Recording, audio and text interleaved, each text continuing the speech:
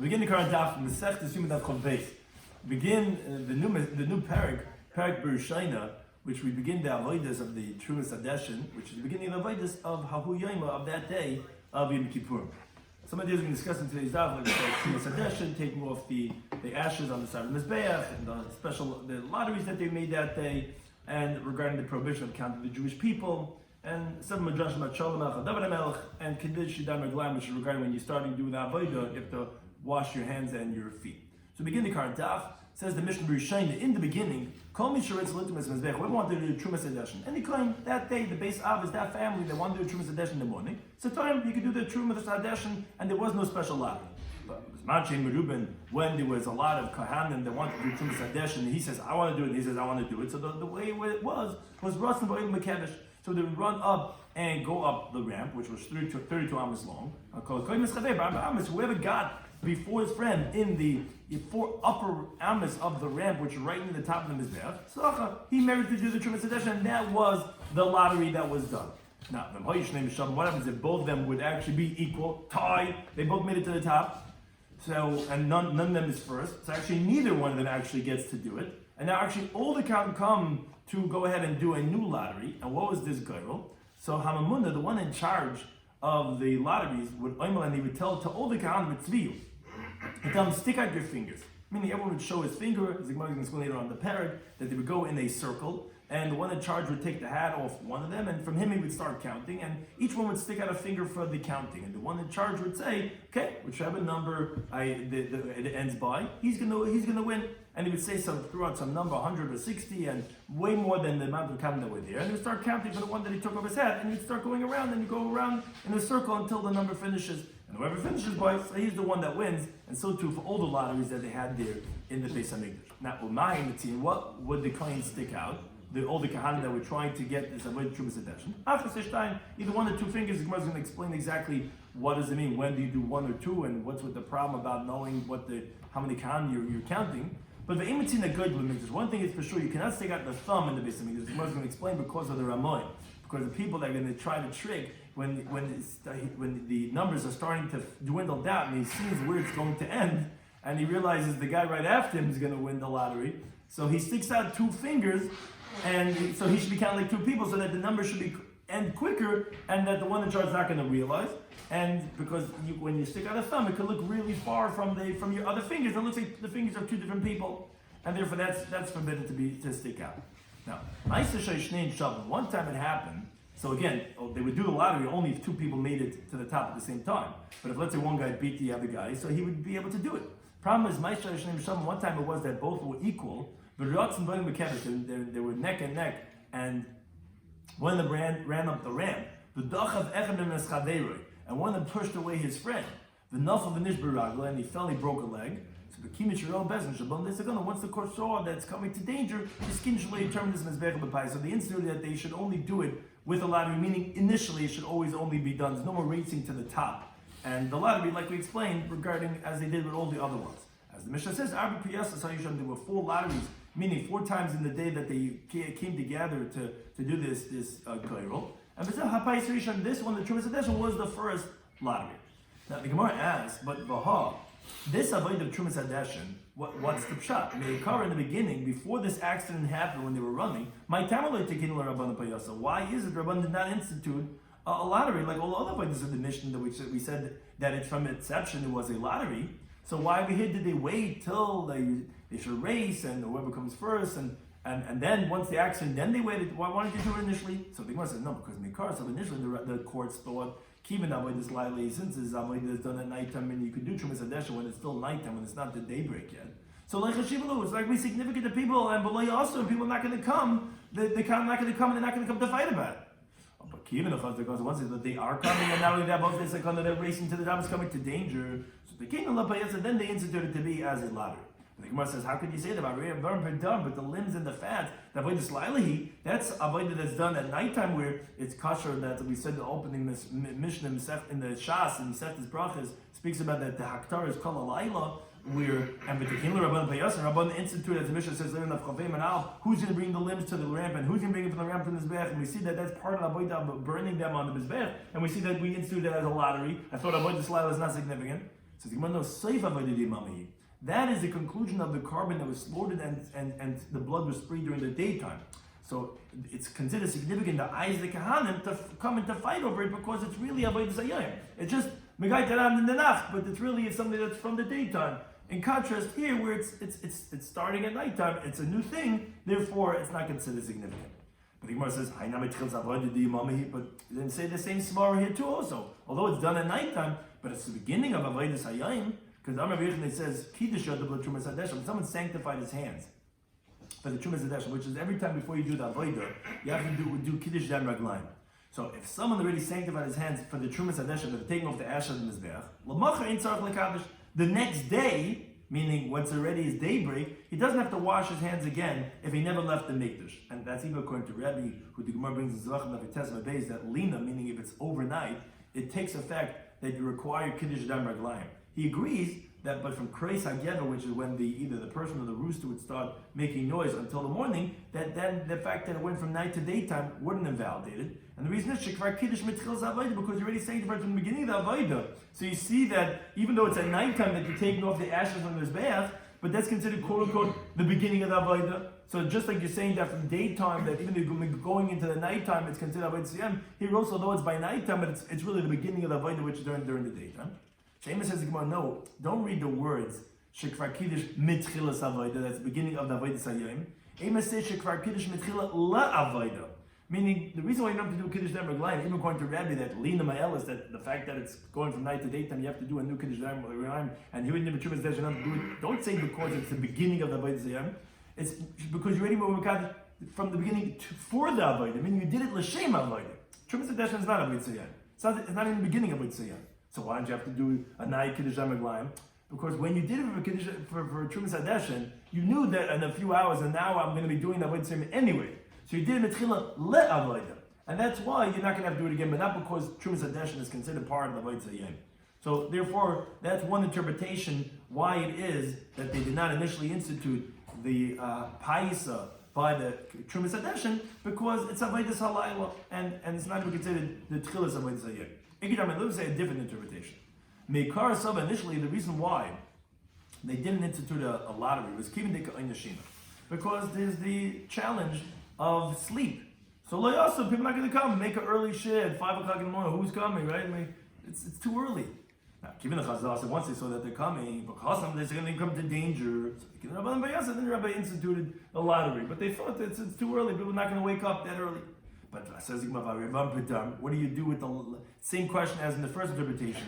With the limbs and the fats, there's also the forcefulness of sleep, which is you have to stay up late. It's late, 11 o'clock, 12 o'clock, whatever it is, to burn the limbs. It takes a lot of karbanas.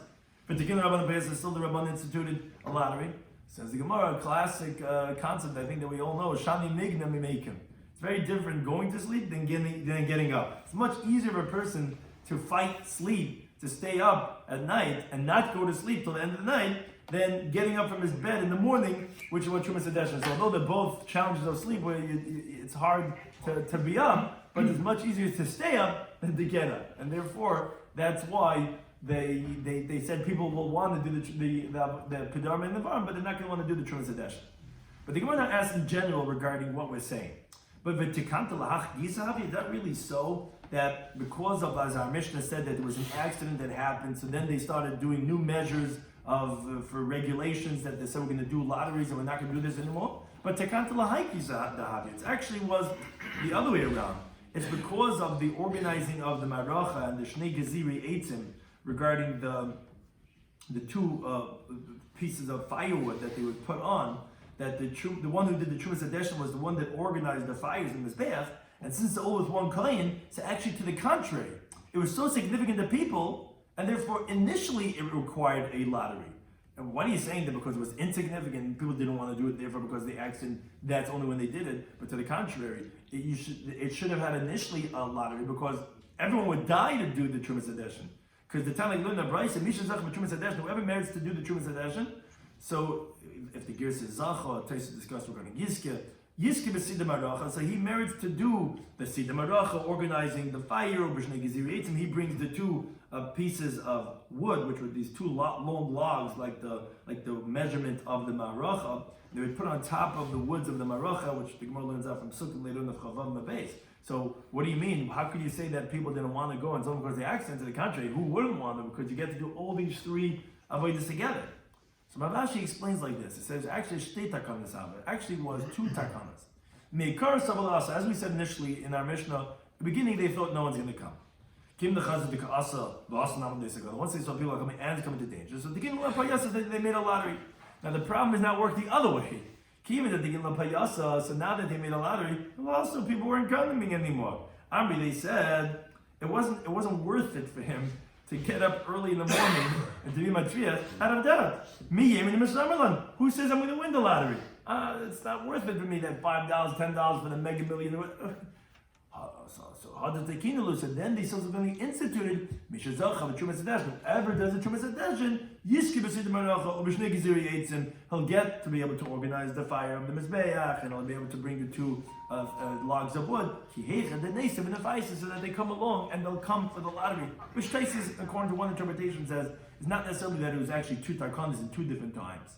It could have been in one time. It's called two tarkanas because, like that idea, if you make the payas because there's too many people and because you're concerned that they're not going to come, so they instituted that so that the Trumas Hadeshin, you'll get to see the Maracha. So it's called two takanas, even though maybe it was at one time, but it was to cover both sides. People might fight about it, so we're going to make a lot of it. People that are not going to come, so then we made that, okay, then you'll get the Siddur Maracha and the Shnei Gizuri Yetz. Now the Mishnah said that Ubizman Shei Merubin, that when there's a lot of them, so then the Bechulu, etc., what they used to do is they used to race up to the top. So Amar Papi says, Pshitli, it's obvious to me that when we say who got to the first Daled Amas, Arba Amas to Ara, regarding the 4 Amas of the ground, meaning the ground that's near the beginning of the start of the ramp, obviously, that's not what we mean, whoever got there closest to the Daled Amas. Because it says that they would run up and go up the ramp, and then it says that they would see who's in the closest Daled Amas. Obviously, it doesn't mean who's in the first Daled Amas. Now, Kamaisa, also, the first 4, meaning there's the Daled Amas before the ramp. We're not talking about that. We're not talking about the first 4 Amas of the ramp itself. Naviloi, because Rasim al says that they ran and they went up the ramp. So it's not on the ground, within the ramp, and it's not even the first Daled Amas of the ramp, because again, you're running up a ramp. And then the Hadr color comes, then it says, and whoever got to his friend before the Daled Amas, he won. Now, moreover, the Beni, to pick out 4 Amas within the 32 Amas of the ramp itself, obviously it doesn't mean some random 4 Amas in the middle, because there's no sign exactly who I got there first. Or how do you know? There's no marker, there's no flag, there's no nothing over here. So pshitli, says our Papa, it's obvious to me that when we say that in the 4 Amas, who got there first of the ramp, like we said, Amas, must be the Gab Mizbeach Knan, must be on the top of the Mizbeach. That's what we mean to say, who got there in the Daled Amas, which is a distinct area. But Papa had the foul by saying what I am wondering about, what I don't know is, the Gemara Zvachim tells us on Samach Beis Mabez that the ramp would, so to speak, float over the Amma of the Yesod and the Amma of the Seifet, because there's a foundation to the Mizbeach, as we see here on the corner over here in the bottom, there was 1 Amma over here, and then it went up and indented again. That's the Amma Seifet. So it comes out that the 4 Amas that's near the ramp, that's in the beginning of the Yesod and the Seifet, really, if you're talking about within 4 Amas of the Mizbeach, that would be within 6 Amas of the top of the Mizbeach. So that's what the Papa wants to know. It says, Arba Amasham, this that we said within the Daled Amas of the top of the Mishnah to the top of the Mizbeach, is that Bahadi Amma Yesod Amma Seifet? Is that together with the Amma Yesod and the Amma Seifet? And Oidil Moment, as the Gemara continues to Mabez, that no, we're talking about to within 4 Amas of the bottom of the Mizbeach. Barma Amma Yesod Amma Seifet. Besides the Amma Yesod Amma Seifet, meaning which is going to be 6 Amas to the top of the roof, because we mean within Daled Amas of the Mizbeach itself. Within Daled Amas of the Mizbeach itself is actually within 6 Amas of the top of the Mizbeach. And that taker says that it's not a good picture because there was a separation between the Kevish and the Mizbeach. Oh, the little the gap that they had to throw over. Yeah, but it would go over the Am Yisrael and the Am Yisrael. So that's the question. When you say within Daled Amos of the Mizbeach, so I know for sure it's within Daled Mizbeach, but Mizbeach has a top and it has a bottom.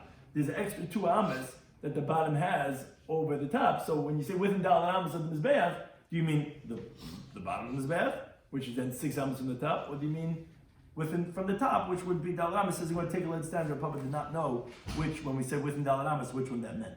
Now in the Mishnah we said that if both of them were equal and they both raced to the top and they're just as fast as the 2 of them, so then none of them would actually get it, and then actually all the count would be called together.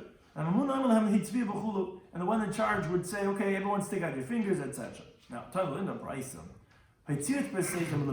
they would do is, the reason why they stick out their fingers is to count them. So the Gemara asks a basic question, why don't you just count them, meaning their heads? Why do they have to stick out their fingers? So it says the Gemara, this supports Rabbi Yitzchak.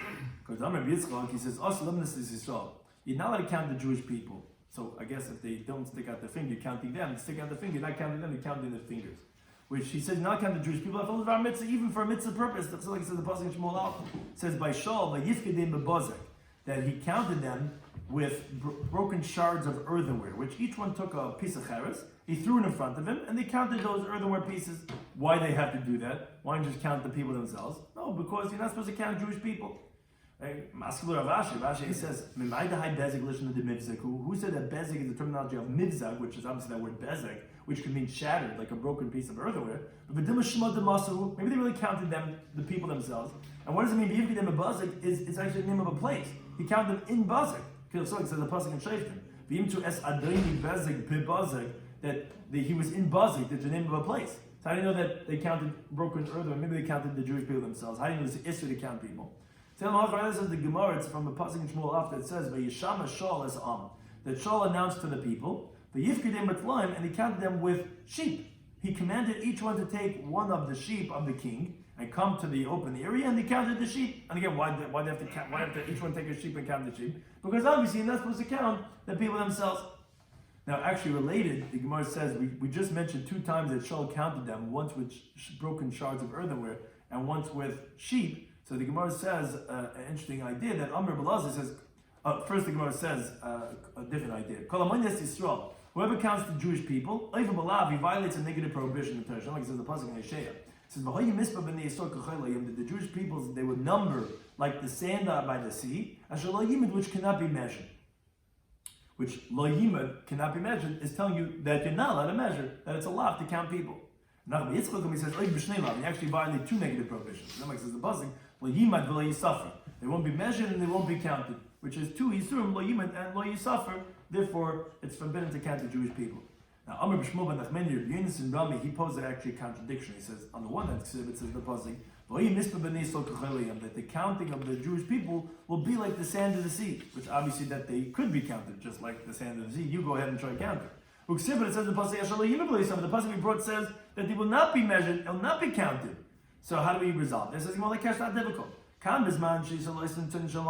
When they do the will of the Creator of God, then they will not be able to be counted. Won't be able to count them. When they don't do the desire of Hashem, then they'll be like Kachal. Obviously, it's still going to be plenty, and they're going to be like the sand of the sea, but that could be counted. Another interpretation, Rabbi Yisrael in this place is like the Adam. When is it lo yimad that they won't be able to be counted? Is by a human being. A human being cannot count them. When it says that they're like the sand of the sea, which obviously could be counted, it means b'dei shamayim, it means through Hashem. So those are 2 interpretations to resolve that contradiction. Now, this was the idea of saying that regarding, interestingly, that the Gemara says, like we said, that he counted them 2 times, once with broken shards of earthenware, once with sheep. So it says, when the person gets appointed to be a leader on the public, which is like a king, like Shaul was, Misasha becomes wealthy. Why? Because originally it says when he counted them, he counted them with broken earthenware shards. Later on, when he was already a leader over the Jewish people, it says he counted them with lambs. He's showing and he's counting them with sheep. Says how do you know? Maybe it was the Jewish people's lambs. Each one brought their own lamb. How do you know it was from Shaul's lambs? They were so wealthy that they were able to give everyone a shepsula to count themselves. So it came down to the case. My Rabbi says, what would be the chiddush? Why are you saying that he did it with a sheep? Obviously, it's coming to tell us this idea that whoever's nisman upon his tzibur, he's misasher.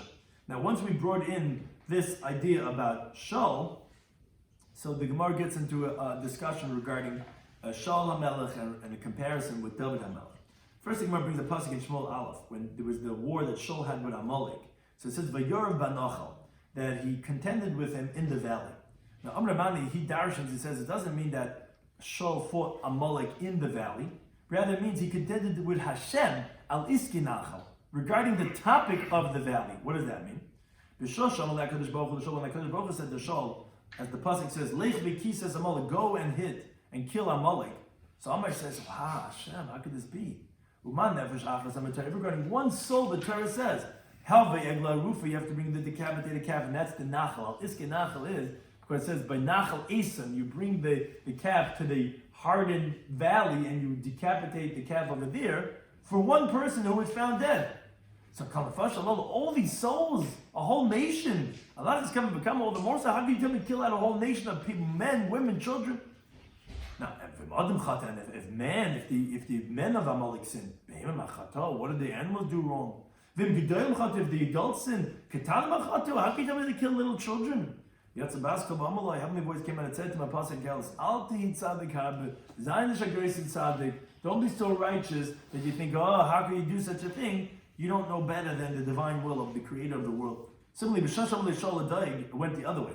When Shaul said to Daig, as the pasuk says, to go around and attack the Kahanim, because they had protected, there was Neivir Kahanim, the infamous story that they had protected David and he wanted to take revenge. So now Heavenly voice came out and said to him, like the pasuk says in Gelas, Al Tirsha Harbor, don't be so wicked. See, you see how it happens. If a person starts being a grace tzaddik, he doesn't listen to Rabbi Shalom, it goes the other way too, then it's also don't be so wicked. And Amr Afundi says, how much a person doesn't have to become emotional and doesn't have to tremble. A Gavar de Morisaye, a person that his creator, that his Lord assists him. Meaning he can be so confident and doesn't have to be afraid from any bad because HaKadosh Baruch Hu helps him, because we find Shaul Ba'achaz. Shaul did one thing wrong and he was Volsalite. And it took effect for the bad for him that he should be killed and he should lose his kingdom.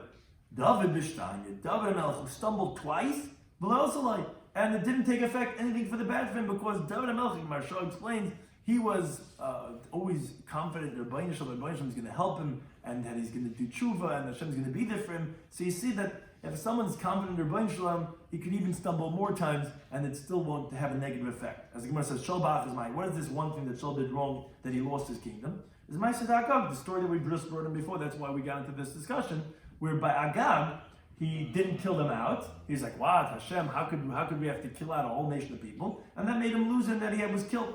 Says Gemara, but why was that the only thing? There was a story of Noiv, the city of Kahanim, that we mentioned also, that they told him out Tirsha Harbor. Says Gemara, no, Agag said, the story of Agag, which already happened before that, it already says in the pasuk, Hashem says, Nichamti, I have regret, Ki imlachti es Shaul lamelch, that I kinged Shaul to be the king. So we see already before the story of Noiv, Hashem already said that, so you see it was already by the first thing already, it was already done. What's the two things that David HaMelech did wrong that still didn't make him lose his kingdom? You have the Uriah, where he specifically sent Uriah to war because he wanted to kill him so that he could go ahead and have his wife. Udahasasa, and you also have this idea where he was seduced to count the Jewish people at the end of his days, and that caused that there was a plague that happened to the Jewish people. And those two sins, still he didn't lose his kingdom. Says, what do you mean? Why are you saying there's only two? But there's the story with Bathsheba, that he had relations with her, even though it wasn't his wife. So why do you count that? Says, there, he was already punished from that. So that was not going to cause him to lose his kingdom. It says, Vesakivsa, which was a mashal that Nasna Navi said to David. He says, what would you say regarding if there was a poor man, had just one sheep, and someone, a wealthy person, stole the sheep? He said, what do you mean? He says that for the sheep you're going to have to pay fourfold. And he said, you, David, he told him, Mashal, he said, you're the one. You're the wealthy person. You have everything. You stole this nebuch, this one guy's one wife. But you see that he's punished fourfold. There's the Yelad. Her first child passed away. Amnon, his son, was killed. Tamar, his daughter, was raped. And Avshalom, his son, was killed. So because of that, that's why he had those 4 punishments. That was not going to be his cause to lose the kingdom because of that.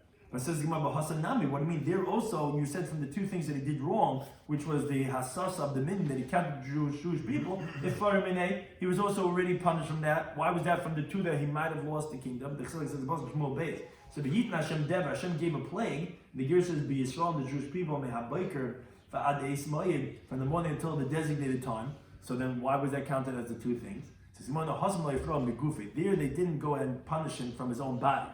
So that wasn't counted like as if he got punished for that already.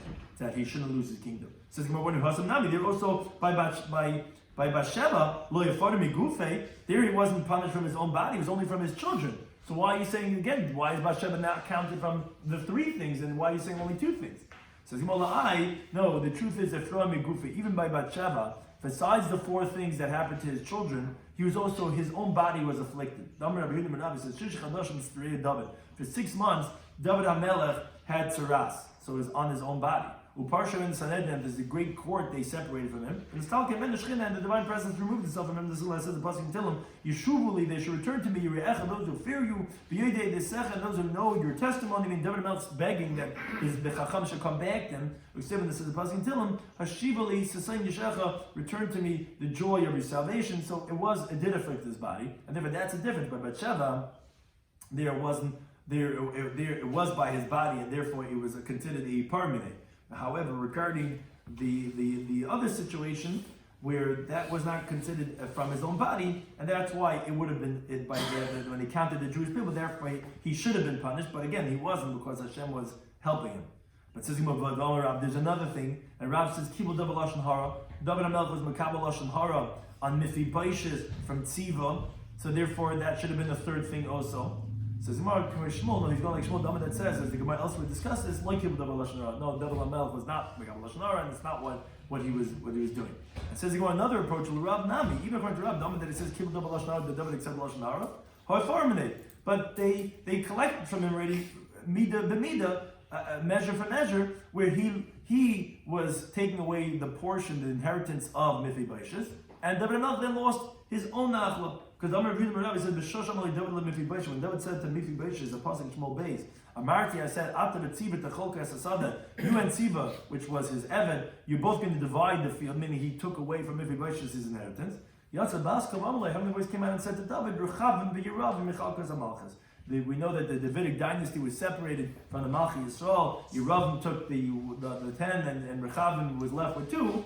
That was because of what David HaMelech had done wrong, so he was already punished measure for measure. Now Taisa asked, there's also another chet, that he said shiur on the downfall of Shaul, as the Gemara says in Ma'ikad of Tezayin and Beis, Shigoyim David, that he sang to Hashem al Kush ben Yemini. That says Taisa, no, that's considered like a mistake. And like it says, Shigoyim David, and why? Taisa is a very important psychological concept. And the Chavetz Chaim says, also, a person's not nitbes al tzara. Shaul was chasing him. So in the moment of distress, when he sang to Hashem, although that was considered inappropriate, but a person, when he's going through a difficult, we don't judge a person in that type of situation, maybe that was not considered as something that he should have lost his malchus for. Now, the Gemara then goes into discussion. Don't think that the reason why Shaul lost the kingdom was because he was, so to speak, a sinner and David HaMelech was a tzaddik. It's because the pasuk says, Ben Shana Shaul b'malchai. Shaul was a king as a 1-year-old. Now, that wasn't true. So I'm going to put this as Kib Ben Shana, as a 1-year-old. The Tom Tamchet, that he didn't taste the taste of sin, like a little kid, like an innocent child who wasn't a sinner. That's how pure Shaul Melech was.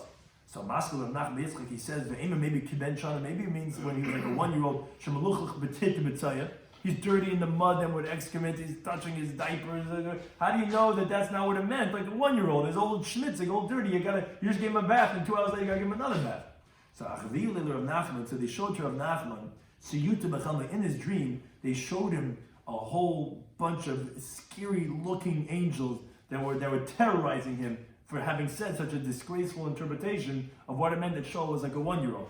Somebody says, "Nanesi lechem asma Shaul ben Kish." He says, "I answered on you. I beg forgiveness. The bones of Shaul ben Kish." He still saw these scary angels in his dream. So Amay says, "Nanesi lechem asma Shaul ben Kish melech Yisrael." he says, I'm begging from you the bones of Shlomo Kish, the king of the Jewish people. I'm sorry that I said such a type of thing, which is, that's how the Gemara ends that discussion, which is interesting, but that we see that he was a 1-year-old, as pure as a 1-year-old. And actually, I remember Yoma Daf, he says, why is it that it didn't extend for a long period of time, Malchus Beis Shaul, the kingdom, the sovereignty, the reign of the house of Shaul? This is it's actually the inverse of what people think. It's because he didn't have any flaw in his yichus, in his family, so therefore the kings that would have came out from his descendants of the Jewish people would have been arrogant. Because look at us, Azah yichus, Azah tzadik, Azah, but David came from Rusa Moaviyah. David HaMelech had no yichus. He's from the Moabites, which would only let them into the Jewish people. He says, we don't appoint a leader on the Jewish people unless he has a box of bugs, meaning to say, family flaws, his brother's divorce, his mother's the widow, it's a ganze parasha hut that's hanging from his back. That if he becomes arrogant, go, we don't have to go so far back to see the business like grace how the pelts, but that's the same because that's a true leader that he knows he's not going to come to be about guidance. I remember the Rabbi says, so the Maisa, what pshat? Shaul HaMelech was a great tzaddik. He was like an innocent child. Why was Shaul punished that he should come to this situation that because of that his malchus was taken away? So the reason is because the beginning of his kingdom, Shamachal al Kavodah, that he was Michael, he was pardoned on his honor, and he revealed that he's not worthy to be the king. It's not easy to be the king, not easy to be the president, not easy to be the leader. You have to stand your ground. So like says about Shmuel Aleph. With the Nevel Yal Amru and the people without any the wanton people, they said, Ma'yishin is that? What's he gonna help us?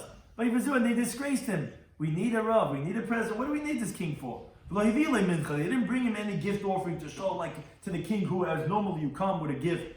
He was silent, didn't say anything. Well, it says the pasuk later on, the enemy Nachash Amoni came on the Jewish people, and guess who saved them? Shaul saved them, etc. So when Shaul stood up to the challenge, and he saved the Jewish people, so the conclusion of that episode was that the Jewish people said that, who said Shaul Yimlech Aleinu, as if Shaul's going to be king over there? Give us these people, we're going to kill them. Look what a great king he is. And Shaul said, no, we're not going to kill anyone today. He was pacifying them. Like he was Michael on his covenant a second time. Because he was Michael on his covenant, he wasn't worthy of being the king, and that's why it ended up being that he did a mistake with Agag, and that's why he lost his kingdom. Now related says the Gemara, it says called Tamachachim, as we continue to the Tamachachim Gimel Menal, any Tamachachim that doesn't take revenge or hold a grudge, can nachash like a snake in his heart. In a Tamachachim, he's not a Tamachachim, meaning just like we said, Shaul had to stand his ground. A Tamachachim, for the honor of the Torah, he has to take a stand. He has to be Meicha, he has to protest on his covenant. He says, well, how could you say he should take revenge and hold a grudge? But consider the pasuk in the Torah, don't take revenge and don't hold a grudge. A Tamachachim is only supposed to do this? Says Yoma, and this is halacha l'maisa. That's actually by monetary law that you're not supposed to be noikim and noitim. The time they learn a brisa. Is only the kima be'ezin the what's considered taking revenge, and what's called holding a grudge. The kima taking revenge are famous. Every little kid knows this. If someone says, "Lend me your sickle," he says no.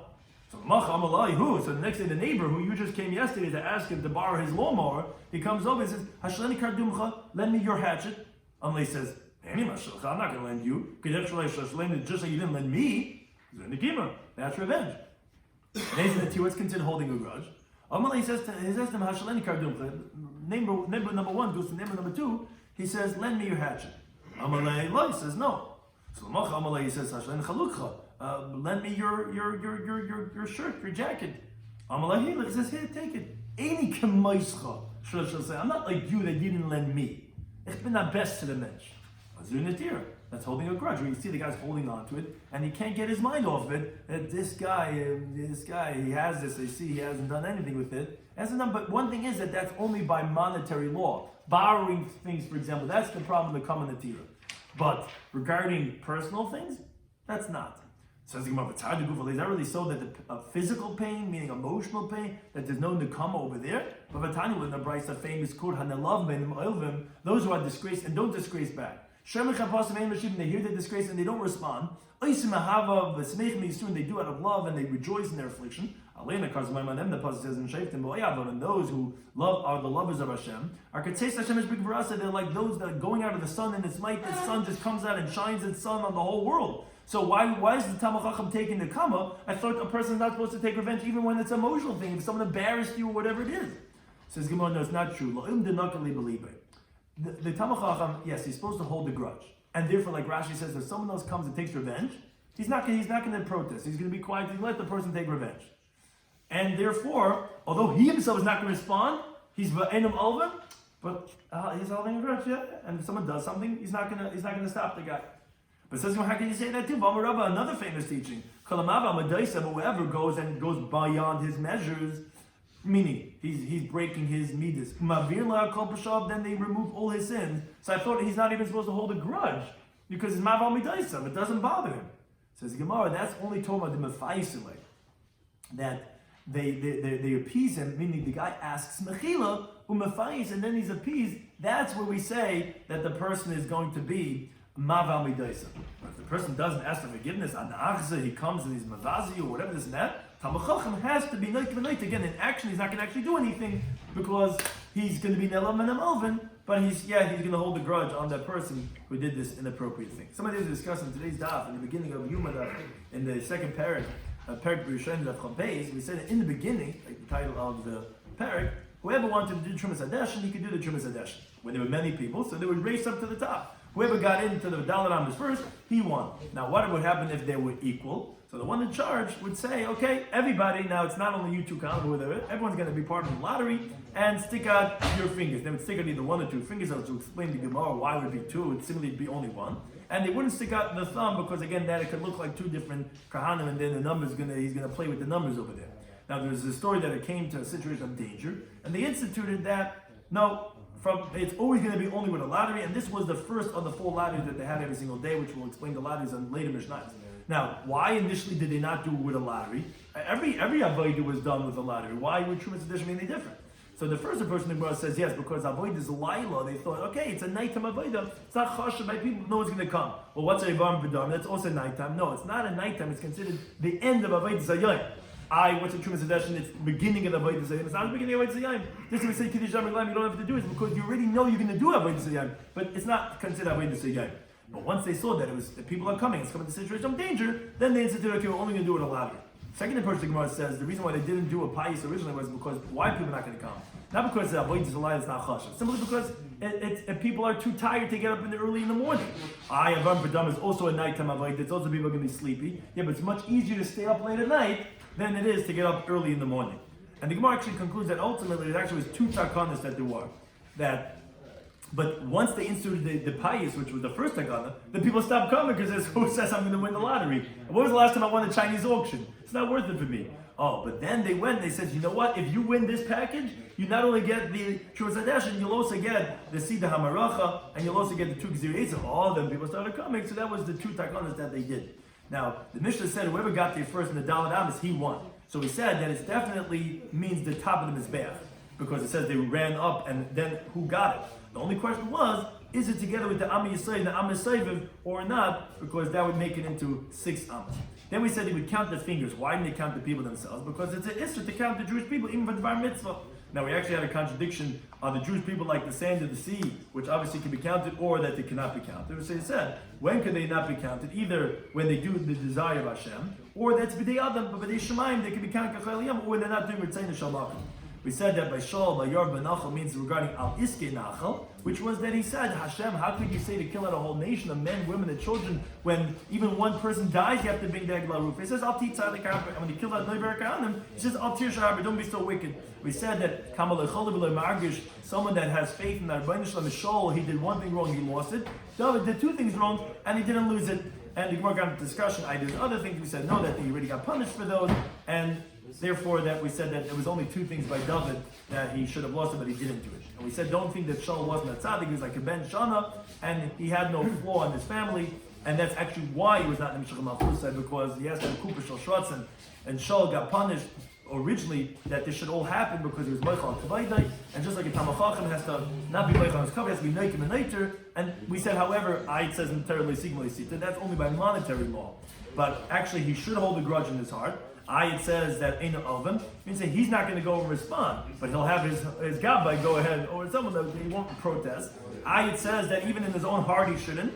That's if they come to appease him, then it'll be Mabam Leidaisa. But if the guy's not going to ask for his mechila, then he'll hold a good thing to any time.